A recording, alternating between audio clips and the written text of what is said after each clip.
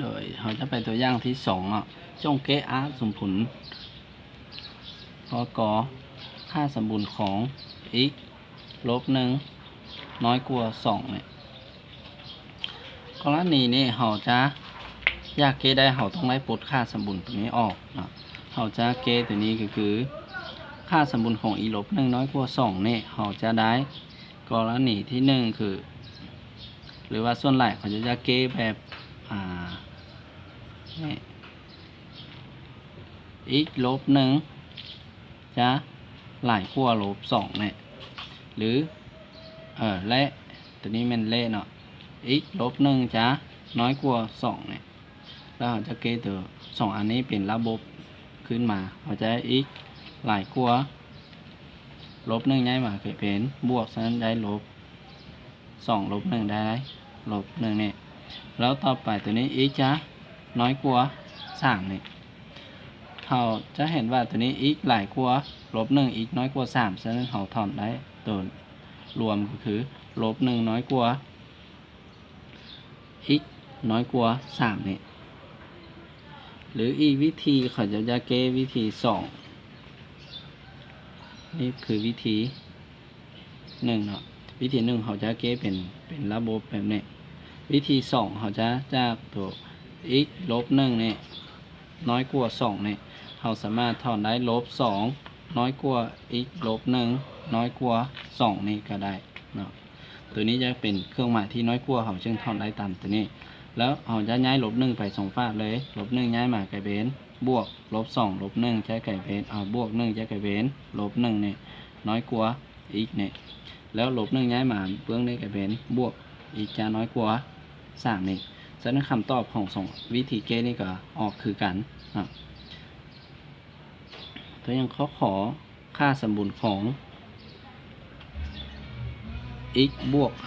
5น้อยกว่าหรือเท่ากับ1เนี่ยแล้วเราวิธีเกถ้าเราเกวิธี1ตัวอย่างเราวิธี1เนาะใช้วิธี1เราจะได้x บวก5จะหลายกว่าหรือเท่าลบ1นี่จะเป็นลบตัวนี้วิธีที่2อันที่2คือ x บวก5นี่จะน้อยกว่าหรือเท่ากับ1นี่แล้วเราก็เกแบบธรรมดามาลบ5ย้ายมาก็เป็นลบ5ย้ายมาก็กลายเป็นลบซึ่งเขาจะได้ x หลายกว่าหรือเท่าลบ6เนี่ยตัวนี้5ย้ายมาพวกนี้กลายเป็นลบฉะนั้นจะได้ x น้อยกว่าหรือเท่าลบ4เนี่ยเพราะว่าลบ5บวก1จะได้ลบ4เนี่ยจาก2อันนี้เราก็เลยถอนได้ลบ6จะน้อยกว่าหรือเท่า x น้อยกว่าหรือเท่าลบ4เนี่ยนี่ก็คือใจบุญที่เราต้องได้ไปสอบนั้นเนาะแล้ววิธีที่2จาก x บวก5น้อยกว่าหรือเท่า1นี่เราจะถอนเลยได้ลบ1จะน้อยกว่าหรือเท่า x บวก5น้อยกว่าหรือเท่ากับ1นี่แล้วเราจะย้าย5ไป2ฝากย้าย5มาทางนี้แล้วย้าย5ไปทางนี้5มาทางนี้ก็กลายเป็นลบ1ลบ5น้อยกว่าหรือเท่า x น้อยกว่าหรือเท่า1ลบ5เนี่ยตอนนี้ลบ1ลบ5จะกลายเป็นลบ6น้อยกว่าหรือเท่า x น้อยกว่าหรือเท่าลบ4เนี่ยสองอันนี้ใจบุญมันจะคือกันเลยเนาะถ้าเขาเก้ถูกต้องแล้วเก้วิธีใดก็ได้ใจบุญก็ได้คือกันเลยแล้วต่อไปเขาจะไปเก้คอเนี่ยตัวอย่างค่าสมบูรณ์ของ x ลบ2หลายกว่า5ตัวอย่างเนี่ยตอนนี้เราจะสังเกตตัวนี้เครื่องหมายหลายกว่าแล้วเราจะเก้ตั้งจากตัวอยู่ถึงนี่ส่งข้ออยู่ถึงนี้มันน้อยกว่าเนาะตัวนี้หลายกว่าแล้วเราจะได้ x ลบ2จะหลายกว่า5หรือตัวนี้จะเป็นเครื่องหมายหรือ x ลบ2จะน้อยกว่าลบ5กรณีนะมันจะตั้งครับกรณีอยู่ถึงนี่เพราะว่าถ้ากรณี x น้อยกว่าลบ5ค่าสมบูรณ์จะหลายกว่า5 x หลายกว่า5ค่าสมบูรณ์ก็หลายกว่า ดังนั้นเราจะเกตัวนี้ไปตามเครื่องหมายหรือนี่แล้ว x จะลบ2ย้ายมาทางนี้กลายเป็น x หลายกว่า7ตัวนี้ x ลบ2ย้ายมากลายเป็นค่าบวกฉะนั้นจะได้ x น้อยกว่าลบ3นี่เพราะว่าลบ5บวก2ได้ลบ3นี่แล้วเราจะได้ใจผลของตัวนี้คือ f จะเท่ากับ x น้อยกว่าลบ3ก็คือลบ r ส่งขายหาลบ3เนี่ยโฮมกับ x หลายกว่า7คือ7หาบวก r ส่งขายเนี่ยตัวนี้จะเป็นตัววิธีเขียนใจผลของตัวนี้เป็นว่างเนาะตัวอย่างอยู่ถึงนี้ถ้าเราอยากเขียนเป็นว่างเราจะเขียนได้ตาม f เนาะถ้าเขียน f มันจะเขียนอยู่ลบ6ไปหาลบ4เนี่ยถ้าเราเขียนเป็นว่างแต่ว่าถ้าเราเขียนเป็นว่างเขียนเป็นเสมอผลเราจะได้ x อยู่ไหนว่างนี่หรือว่าเขียนเป็นว่างจะ s เท่ากับลบ6ไปหาลบ4นี่ต่อไปข้องอ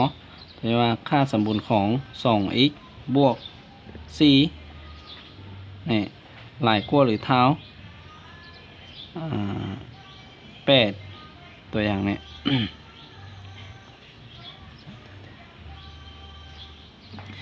กรณีนี้มันจะคือหลายกว่าหรือเท่านี่เราต้องเก้ใครคือกับกรณีอยู่นี่เราจะได้นี่ 2x บวก4นี่จะหลายกว่าหรือเท่า8เลยหรือกรณีที่2x บวก4นี่จะน้อยกว่าหรือเท่าลบ8นี่เราต้องแยกให้ได้ถูกกรณีนี้แล้วต่อไปเราจะเก้โดยที่เข้าใจนั้น 2x นี่จะหลายกว่าหรือเท่า8 4ย้ายมาก็เป็นลบ4เนี่ยแล้วตัวนี้ 2x จะน้อยกว่าหรือเท่าลบ8 4ย้ายมาก็เป็นลบ4เนี่ยแล้ว จะเทียบเท่ากับ 2x หลายกว่าหรือเท่า4 2x เนี่ยน้อยกว่าหรือเท่าลบ12เนี่ยนี่เราสังเกตเห็น a ก็คือ a ของเรานี่คือสัมประสิทธิ์ของ x นี่เท่ากับ2หลายกว่า0มันบอกฉะนั้นเราจะหันทางสองฝ้าให้2มันทิศของ r สมผลจะบ่เปลี่ยนดังนั้นเราจะได้x หลายกว่าหรือเท่า2หัน4หัน2ได้2เนี่ยอันที่2หันทางสองฝ้าให้2ลบ12หัน2จะยังเหลือลบ6ฉะนั้นตัวนี้จะน้อยกว่าหรือเท่าลบ6เนี่ยจากตัวนี้เราจะเขียนได้ใจผลคือ f เท่ากับลบ r ส่งขายหาลบ6เนี่ยลบ6เอาได้เราปิ้นมาทางนี้แล้วต่อไปโฮมกับ2หาบวก r ส่งขายเนี่ยนี่จะเป็นใจผลที่เราต้องได้ไปสอบอยู่พออยู่ถึงนั้นนี่จะเป็นวิธีที่เราต้องได้กำไว้เพื่อเกะ r สมผลที่มีค่าสมบูรณ์เนาะ